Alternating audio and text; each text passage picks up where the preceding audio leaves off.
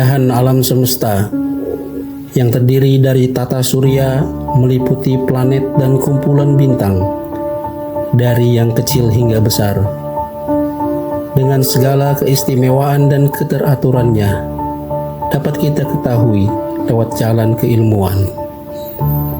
Karena lewat jalan keilmuanlah manusia dapat tumbuh dan berkembang guna mendapatkan kebahagiaan sejati di dalam dirinya. Dalam hadis yang diriwayatkan oleh Imam Muslim, tuntutlah ilmu mulai dari buayan sampai liang lahat. Jelaslah tugas manusia untuk menuntut ilmu dari lahir sampai menghembuskan nafas terakhir. Menuntut ilmu haruslah sesuai dengan ajaran Nabi Muhammad SAW yang saat ini diwariskan kepada para ulama. Al-ulama'u warasatul anbiya.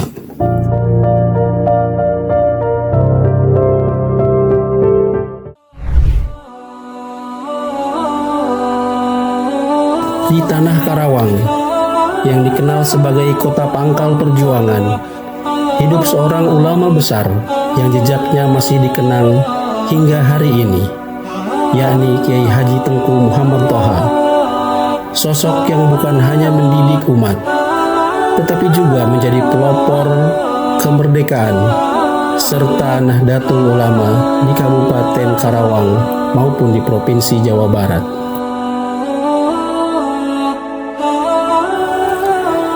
Beliau merupakan seorang ulama yang membimbing banyak murid. Sampai sekarang ilmu dan ajarannya masih diteruskan.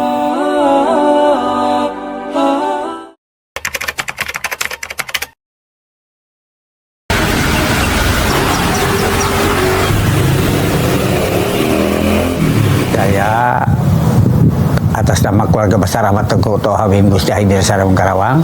Almarhum itu dari seberang itu tahun 1928. Nah, jadi pertama nikah dengan Ibu Dewi, yang pertama cuma gak punya anak, nikah dengan ibu saya.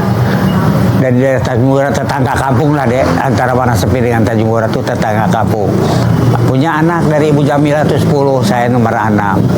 Nah, terus ama karena almarhum ikut andil dan kemerdekaan melawan Belanda, jadi ketua angkatan 45 Karawang yang pertama adalah almarhum Ahmad Tengku Thaha. Nah, terus ketua juga dari Masjid Agung. Kalau sekarang DKM, kedua kan belum ada DKM, juga ketua Masjid Agung Ahmad Tengku aja, dan pendiri NU Nahdlatul Ulama Karawang. Kalau dulu ya kalau masuk itu ama itu pengajian ama itu istilahnya dibiat ya, dibiat. Jadi kalau dalam setelah almarhum nggak ada, bukunya dilihat karena dicatat sih Kang. Ya. Jadi orang jadi murid ama itu dicatat ya, hampir kurang 11.000 lah Pak. 11.000 jamaahnya Kang. Nah, jadi wakil-wakil ama ya termasuk Pak Ustadz Nasruddin ya sudah habis, cuman ini aja. Alhamdulillah, mudah-mudahan orang tua kita biar panjang umur Pak Ustadz Nasruddin, karena yang masih hidup ada ini satu-satunya Pak Ustadz Nasruddin, yang lain sudah habis, termasuk ama Bardi, ama Munciri, ama Duya, Jangan Hasan, ama Janjar Kasih, ama Bakri, Mali Mahyar, habis. Nah, jadi sekarang satu-satunya orang tua kita ini pengganti ama yang diwadasi di Palem. Iya, ya almarhum itu istilahnya di bidang ngaji ya, ama kan ngajar mempo juga ya. Jadi bukan main lah, kalau ama tuh perjuangannya pahit sekali dah. Walaupun saya belum lahir waktu itu ya. Jadi ada Jawara Karawang, seolah-olah dia nggak enak lah dengan kedatangan ama di Karawang. Dia jeger, ya istilah ayeuna nama jeger lah deh ya. Sekarang ama seolah-olah jadi ngajar ngaji, ngajar menpo. Ini aulanya kan besar deh, ya 3.000 meter sampai sana itu tanahnya ama. Nah, jadi ama ngajar ngaji, rupanya Jawara Karawang tuh kurang enak. Datang ke sini, ibu juga bahkan cerita ke saya, ya kepala 4 sih, jadi saya juga belum lahir ya. Nah, datang ke sini, jadi datang istilahnya ngajak tarung lah dek, ngajak tarung Bang. Bahkan zaman dulu kan mobil masih jarang deh, makanya datang ke sini juga pakai kuda, masih pakai kuda, dikawal sama 4 orang kiri kanan, ngajak berantem, ngajak duel dengan almarhum, dengan Ama. Makanya Ama mah ya Allah ya Robi, termasuk ini karena Ama sudah punya bekal dari seberang ke sini. Kalau nggak mah udah nggak bakal 109 usianya deh, nggak bakal seperti nggak. Ama mah udah punya bekal. Nah datang dari sini nantang Ama pakai kuda, pakai samurai. Wah bahasanya udah nggak enak lah Kang Kos. Kalau ibu cerita mah antara 7-8 lah, jam 7 pagi sampai jam pagi gitu. Ditantang di depan. Tengku keluar sih ya, pakai samurai. Tengku keluar tuh. Dihalangan sama ibu. Jangan keluar, itu orang gini-gini pakai samurai. Karena ya sekali 2 kali enggak di ini ya. Akhirnya ibu nepi ke mental cara Kang. Ya ibu saya, Ibu Jamilah ngalangin Ama jangan keluar, itu orang gini-ginian pakai samurai. Nah, digituin sama Ama sampai mental nih ibu teh. Dipersilahkan duduk tuh Jawara Karawang. Ayo duduk. Letak jenak si Juru sampai kena tarang Kang. Iya takutnya aja. Enggak jagung gede tuh deh. Iya takutnya aja. Dia mah demonstrasi deh. Samurai itu benar diterak Kang. Ya. Diterak ya. Mana cek samurai? Di ajudannya. Kan samurai baru 2. Yang buat Ama di ajudannya diambil. Tah bahasa udah nggak enak kan. Tah tengku. Ya gini-gini sama kecil itu buat almarhum ya. Diambil sama Ama sekali 2 kali diambil sama Ama. Masih dia kerupuk di potong. Nah di situ bertekuk lututnya Jawara Karawang teh. Ya almarhumah terus maaf ya Kang. Sebetulnya mah orang daerah ke sana nyamperin. Ya kemarin karena orang pusat satu kampung dengan Ama, Idam Halid Menteri Agama. Menteri Agama juga. Ketua NU juga di pusat. Jadi kalau ada apa-apa teh pasti ke sini. Termasuk Idam Halid, Subhanjait, Pak Sehu, Sukron Mamun yang punya yayasan di Cilamaya. Bapaknya Gus Dur Wahid Hasim sering kan ke sini ke Ama. Terakhir mereka Ama dibawa ke Kalimantan. Waktu merangi Dayak kan ingin misah dari RI. Idam Halid yang bawa ini sana bertarung dengan apa? Dengan ketua Dayak, kepala sukunya. Ya, akhirnya mereka itu tumbang. Nah, akhirnya kembali lagi ke RI. Ama meninggal tahun 91 dengan usia 109. Ya.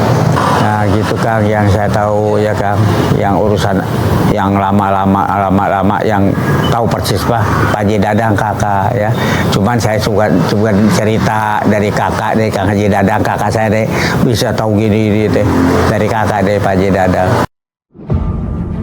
Kiai Haji Tengku Muhammad Toha lahir dari keturunan kerajaan Mampawah, sebuah kerajaan Islam yang terletak di Kalimantan Barat dari jalur ayah, dan bangsawan Aceh dari jalur ibu. Sebagai keturunan bangsawan, beliau memiliki akses pada pendidikan Islam yang kental sejak kecil. Demi memperdalam ilmu agama, beliau melakukan perjalanan ke berbagai pesantren di Nusantara, hingga akhirnya menetap di Karawang dan mengabdikan diri untuk dakwah Islam. Beliau mempelajari berbagai ilmu Islam, mulai dari tauhid, fikih, tafsir, tasawuf, dan ilmu hikmah, yang kelak menjadikannya dikenal sebagai ulama sakti dan seorang ulama besar, karena menjadi rujukan ulama Nusantara, terutama di bidang ketauhidan atau kemakrifatan.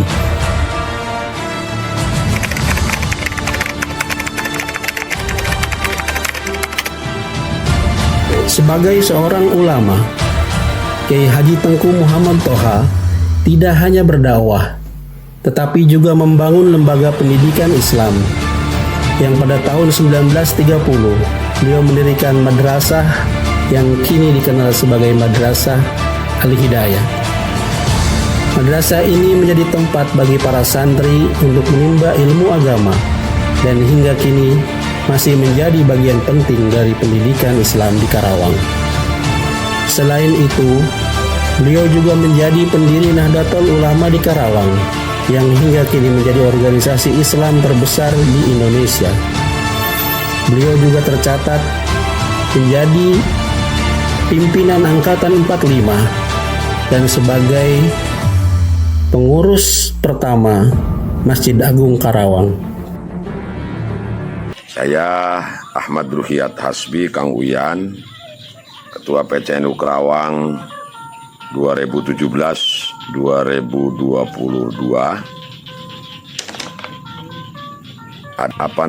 Peran Mama Tengku Toha Karawang ini untuk Nahdlatul Ulama di Kabupaten Karawang. Bahkan ketika beliau menjabat sebagai Ketua PCNU Kabupaten Karawang, tidak ada orang yang berani menggantikan posisi beliau karena saking ta'zimnya kepada Mama Tengku Toha ini. Beliau mendharma baktikan diri kepada Nahdlatul Ulama ini sejak lama. Sejak NU didirikan di Karawang, yang saya tahu itu beliau mendirikan NU ini bersama kiai-kiai sepuh lainnya, yaitu Kiai Dasuki dari Jati Ragas, Jatisari, kemudian dari Ciramaya, dan kiai-kiai yang lainnya. Nah, tentu sebagai penerus beliau di NU Karawang, kami menganggap bahwa Mama Tengku ini sebagai sosok guru utama. Guru utama bukan hanya dalam bidang ilmu torekat, tapi juga dalam ilmu organisasi, yaitu di Nahdlatul Ulama. Karena murid beliau ini banyak, maka perkembangan NU di Karawang juga begitu pesat waktu itu karena melihat siapa sosok ketua, sosok pimpinan di PCNU Karawang waktu itu ya. Bagi kami, Nahdien Karawang, Mama Tengku Toha adalah sosok guru organisasi ke-NU-an, dan kami yakin betul bahwa beliau adalah juga al-arif billah, orang yang sangat dekat dengan Allah, orang yang ma'rifat kepada Allah.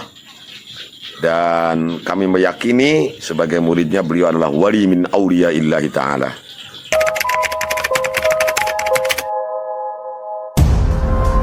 Masyarakat mengenal berbagai karomah yang dimiliki oleh Kiai Haji Tengku Muhammad Toha.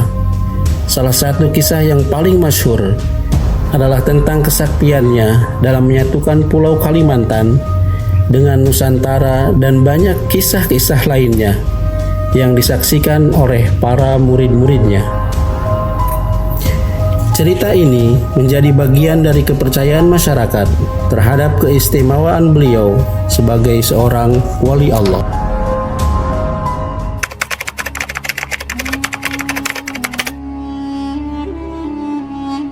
Kiai Haji Tengku Muhammad Toha memiliki banyak murid.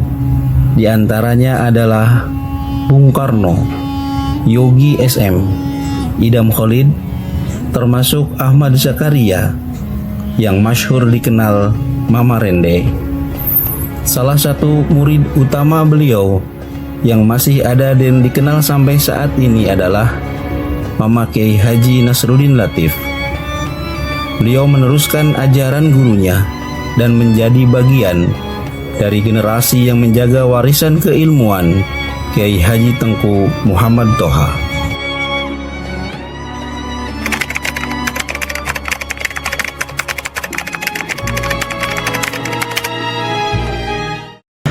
Itu pas kejadian di Jarona, itu saya menyaksikan langsung.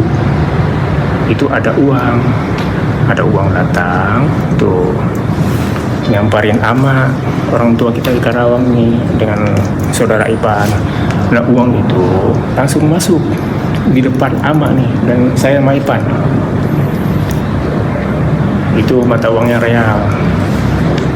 Itu saya saksikan langsung dengan mata kepala saya sendiri dan Bang Ipan. Di Masjid Jarona, begitu selesai melakukan sholat sunnah, Begitu keluar sampai pintu depan itu kami lihat sendiri seperti dikatakan kawan saya, uang berterbangan seperti ditiup angin beliung pas jatuh di depan guru kami tercinta Syekhul Jamal Nasruddin dan depan kita. Seterusnya kita akan melakukan tawaf. Itu saya ada kejadian satu lagi, ada jamaah pada minggir semua, kita dikasih jalan untuk mencium jalan sholat. Setelah saya terlepas dari Ama dan Ipan, itu saya kehilangan atau terlepas dari Ama. Di mana nih Ama? Setelah saya cari, ternyata itu yang tawaf itu Ama semua. Begitu kami bertawaf, tiba-tiba mau menawarkan diri ke saya, Ivan mau cium Hajar Aswad. Saya dengan kawan saya Musbel ini langsung mengatakan sangat ingin Ama. Alhamdulillah setelah beliau ngomong begitu, dibukakanlah jalan. Orang-orang yang begitu banyak tiba-tiba memberi kita jalan kemudahan, sehingga kami bersama guru kami tercinta dapat mencium Hajar Aswad itu dengan puas. Dan kejadian di hari kedua, begitu kita tawaf, Ama menawarkan lagi itu kepada saya, Ivan mau sholat sunnah di Jir Ismail. Saya langsung komen, mau Ama. Tidak, lakukan sholat sunnah, tobat dan hajat. Alhamdulillah kita dilindungi askar, sehingga kami dengan kawan saya bisa sholat sunnah dengan puas. Itu di hari kedua. Di hari ketiga, begitu kita tawaf lagi, kita dipanggil lagi kan askar. Pak Haji sini halal katanya. Saya sempat bertanya sama askar, siapa yang dipanggil? Haji katanya. Dia tunjuklah guru kami. Disuruh sholatlah sunnah kami di tapak Ibrahim itu, dikawal beli para askar di Mekah. Itulah kejadian yang aneh yang saya rasakan waktu perjalanan umroh saya. Ya, ada pengalaman yang terjadi pada keluarga saya. Pada saat itu adik kandung saya itu koma di ruang ICU di rumah sakit Lira Medica. Dia koma selama 7 hari 7 malam. Bahkan dokter memberi saran kepada kami, siapkan ambulan, terus kabari keluarga yang ada di kampung. Pada saat itu semua pada panik, istrinya juga pada menangis, ya termasuk saya sebagai kakaknya gitu kan. Lalu saya keingatan, saya kan punya guru gitu kan, yang namanya Kiai Haji Nasruddin Latif di daerah Pendas, muridnya Ahmad Tengku Toha. Nah di situ sama Kiai Haji Nasruddin saya suruh ngambil air, bawalah air, saya 1 botol air aqua, istilahnya mah dijampe gitu ya. Sampai ke rumah sakit itu sekitar jam 11.20-an lah. Saya pamit ke dokter, ke perawat, saya mau minumin air ini dan menempelkan daun sirih ke ubun-ubun. Udah gitu saya nunggu. Alhamdulillah nggak lama kemudian, sekitar jam 12-an lah kalau nggak salah ya, dokter memanggil, Pak, Bu, alhamdulillah ini Pak Haji Ade udah sadar katanya, udah bisa ngobrol lah, diajak ngobrol gitu kan. Nah lalu pada saat itu saya merasa bahagia lah atas karomahnya Ahmad Nasruddin, muridnya Ahmad Tengku Toha, memberikan suatu karomah kepada kami gitu. Kami sangat bahagia sekali itu, karena nggak disangka, nggak diduga adik saya itu bisa sadar kembali. Begitu pagi dimasukin ke ruang rawat, sorenya udah nggak bisa pulang. Ya alhamdulillahnya jarak berapa hari, kalau nggak salah seminggu, udah saya kembali. Ya, alhamdulillah adik saya sekarang udah bisa bawa cucunya muter-muter pakai mobil, udah bisa pakai motor, udah sehat lah sekarang mah. Lihat ya karomahnya Abah Nasruddin Latif sebagai guru saya, guru besar saya ya. Jadi ini kisah saya tentang masalah kehilangan uang. Ya kebetulan uang ini sebenarnya adalah uang yang saya kasihkan ke istri saya buat pergi umroh. Nah, pada saat itu istri menaruh atau menyimpan uang yang mau umroh ini itu di rak-rak buku. Dokumen-dokumen ini diletakkan di satu bendel tas plastik ya yang bisa ditutup itu beserta uangnya. Nah, uangnya nggak ada, dokumen-dokumen juga nggak ada. Padahal dia udah sama temennya itu beres-beres rumah, sehingga dia itu menanyakan ke temennya, lihat nggak uang yang tadi ditaruh di sini gitu. Nah istri saya tersebut menanyakan ke teman dianya ini, dan temennya memang nggak lihat gitu, nggak ada, kalau ada di situ uang tuh nggak ada gitu. Ya dia bingung lah, karena jumlah uangnya itu kan sekitar $17.000 itu, karena uang biaya untuk umroh. Tadinya sih dia udah daftar, tapi karena COVID makanya nggak jadi berangkat, sehingga uangnya dikembalikan gitu. Dan jumlahnya memang $17.000. Abah selalu ngasih bukan cerita atau dongeng lah, maksudnya kisah-kisah nih. Ada yang hilang kalung, tahu-tahu ada yang minta bantuan ke Abah dan tiba-tiba ditemukan. Pergi ke Abah, dan akhirnya istri berbicara sama Abah langsung peristiwa yang terjadi gitu. Dia bicara sendiri sama Abah, dan memang dikasih ijazah gitulah, dikasih ijazah. Nggak tahu ijazahnya apa, karena saya nggak boleh tahu, yang lain juga nggak boleh tahu, takutnya disalahgunakan lah, ceritanya seperti itu. Ya kalau saya tanya ke istri sih, dia melakukan ijazah ini tuh 3 bulan berturut-turut dengan harapan tuh uang kembali lagi. Dan saya juga ya sudah lah, kalau hilang ya sudah, ngapain kan gitu, nanti cari lagi gitu. Tapi selang beberapa lama, setahun kemudian, istri itu beres-beres tuh, karena kan memang bukunya udah semakin banyak tuh, buku-buku anak, buku-buku apa yang nggak jelas, mau dikurangin tuh, mau dibuang yang nggak kepake. Dia milah-milah lagi tuh di tempat yang sama itu. Pada saat buka suatu ini buku, tahu tuh ada tuh uangnya. Ketemu lagi lah, kembali lagi dengan uang yang sudah hilang, kok bisa kembali lagi. Tapi seperti apa prosesnya ya kita juga nggak tahu gitu loh.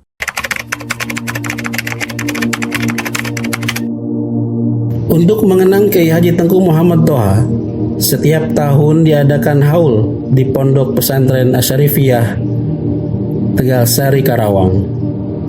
Haul ini menjadi momentum bagi para santri dan masyarakat untuk mengenang jasa dan perjuangan beliau dalam menyebarkan Islam serta memaknai keilmuannya. Kiai Haji Tengku Muhammad Toha wafat dan dimakamkan di Jalan Sadamalun, Kelurahan Nagasari, Kecamatan Karawang Barat. Hingga kini, makam beliau sering diziarahi oleh masyarakat yang ingin mengenang perjuangan dan kebijaksanaan. Jejak perjuangan Kiai Haji Tengku Muhammad Toha tak hanya tertulis dalam sejarah, tetapi juga hidup dalam hati mereka yang meneruskan dakwah dan ilmunya. Beliau mungkin telah tiada, tetapi cahaya ilmunya tak pernah padam. Ribuan santri yang pernah belajar darinya, doa-doa yang terus dipanjatkan, serta nilai-nilai kebaikan yang beliau tanamkan, semuanya tetap hidup, menjadi ladang amal yang tak terputus. Hari ini, setiap lantunan ayat yang dibaca, setiap ilmu yang diajarkan, dan setiap kebaikan yang diamalkan dari ajaran beliau adalah bukti bahwa seorang ulama sejati tidak pernah benar-benar pergi. Semoga Allah merahmati Kiai Haji Tengku Muhammad Thaha dan menjadikan ilmunya penerang bagi kita semua. Amin, amin ya rabbal alamin.